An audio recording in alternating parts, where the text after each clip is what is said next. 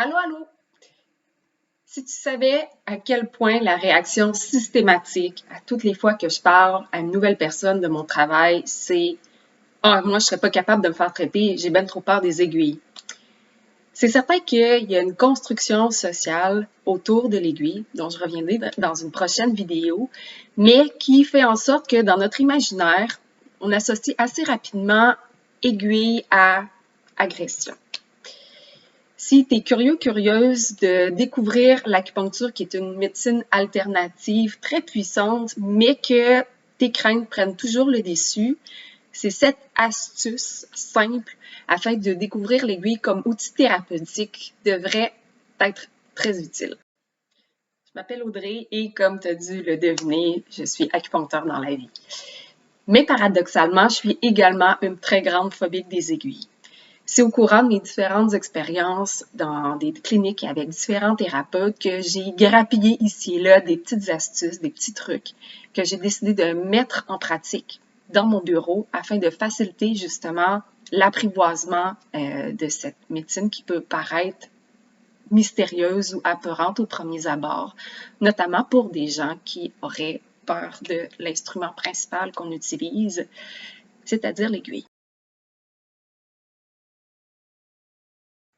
Donc, première astuce très simple, mais à laquelle on ne pense pas nécessairement, n'arrivez pas à jeun à un traitement d'acupuncture. Vous pouvez prendre une collation ou un repas léger, ça va être suffisant. Il faut simplement avoir quelque chose dans l'estomac, surtout si tu es quelqu'un reconnu pour faire des chocs vagos, donc perdre connaissance facilement, ou si ta glycémie a tendance à fluctuer.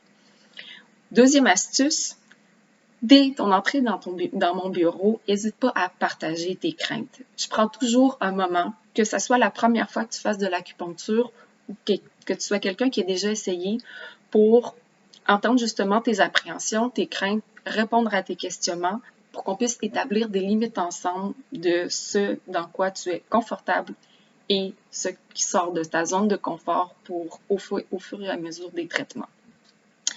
Troisième astuce, j'accorde beaucoup d'importance à l'ambiance. Ça peut paraître un petit peu absurde, mais ça fait généralement une très grosse différence. Que ce soit parce que il n'y a pas beaucoup d'affichage sur les murs.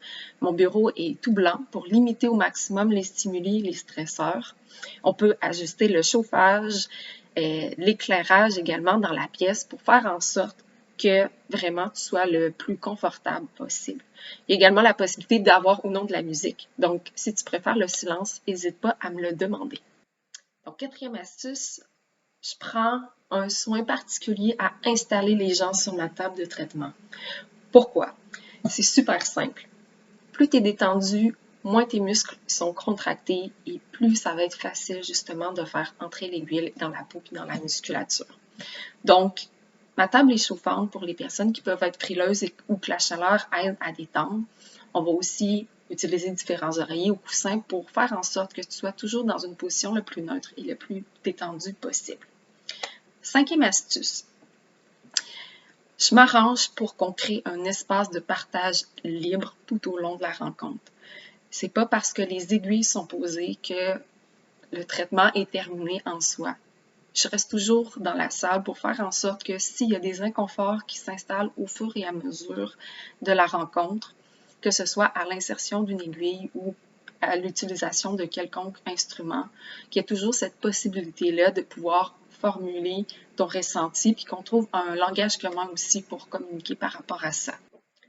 Sixième astuce, je commence toujours par des zones qui sont moins confrontantes pour toi ou des régions du corps que je sais qu'elles sont moins sensibles chez la plupart des gens. Je vais toujours aussi approuver mon plan de traitement sommaire par la personne qui est dans mon bureau pour que tu aies une idée de vers où on s'en va, quels endroits je vais toucher sur ton corps, où est-ce qu'il va y avoir des aiguilles, par exemple, quels instruments je vais utiliser. Comme ça permet de déjà te préparer mentalement à qu'est-ce qui va s'en venir. Mais il y a aussi la possibilité de sélectionner des points alternatifs s'il y a certaines parties de ton corps avec lesquelles tu es moins confortable qu'on travaille dans cette séance-ci ou au cours des prochaines séances. C'est toujours quelque chose qui peut évoluer, bien entendu. Et finalement, septième et dernière astuce, sache qu'il n'y a absolument aucune obligation, jamais. Tu restes le ou la maître de la situation. Si jamais il y a une aiguille pour X, Y raison qui est inconfortable ou douloureuse, on la repositionne ou on la retire tout simplement. Donc, en résumé, voici mes 7 astuces simples afin d'apprivoiser l'aiguille comme outil thérapeutique. N'arrive pas à jeun. Partage tes craintes d'entrée de jeu. Fais en sorte que l'ambiance soit adaptée à tes besoins.